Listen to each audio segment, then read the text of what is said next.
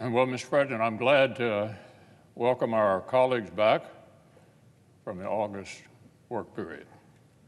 Spending time back in our states with the folks we represent isn't just part of our job. More than anything else, it's what allows us to be effective here in Washington.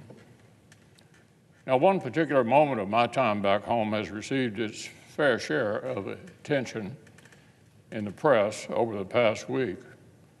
But I assure you, August was a busy and productive month for me and my staff back in the Commonwealth.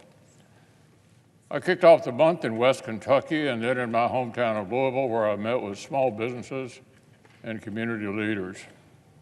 We had a candid conversation on the critical issues facing our state, from relentless inflation straining families and business owners to the challenge of finding workers in a lagging labor market.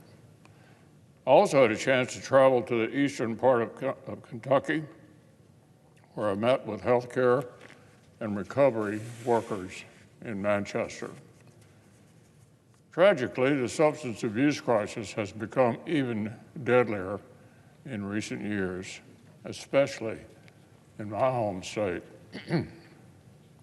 So we discussed what we're doing to combat it and find ways the federal government can fill the gaps.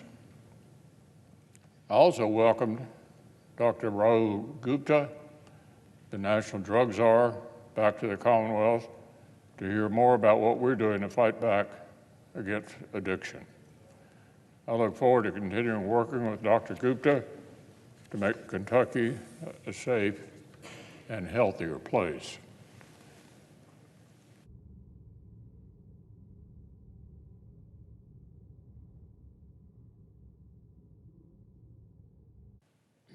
Throughout the month, I was pleased to see over $6 million go toward addressing the opioid crisis at home. This federal funding will go a long way in supporting programs that offer a lifeline to countless Kentuckians who struggle with substance abuse.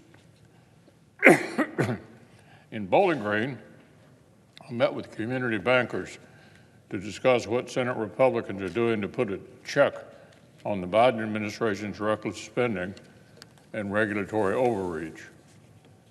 At the Kentucky State Fair, I had a chance to indulge in some of the best that the Bluegrass has to offer, like the Farm Bureau's famous ham breakfast. This event is the highlight of mine every August, and this year was no exception.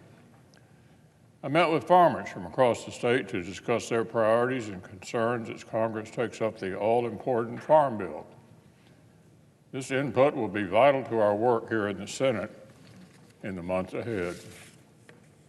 In northern Kentucky, I wrapped up the month with local business leaders to talk about some of our landmark infrastructure investments underway in the state, like overhauling the Brent Spence Bridge and revitalizing our river ports and railroads.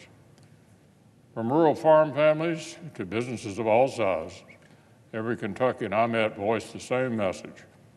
There's too much government and too little being done to boost the economy and help everyday people. So as the Senate gets back to work in Washington, I'll keep these conversations and concerns in the forefront of my mind.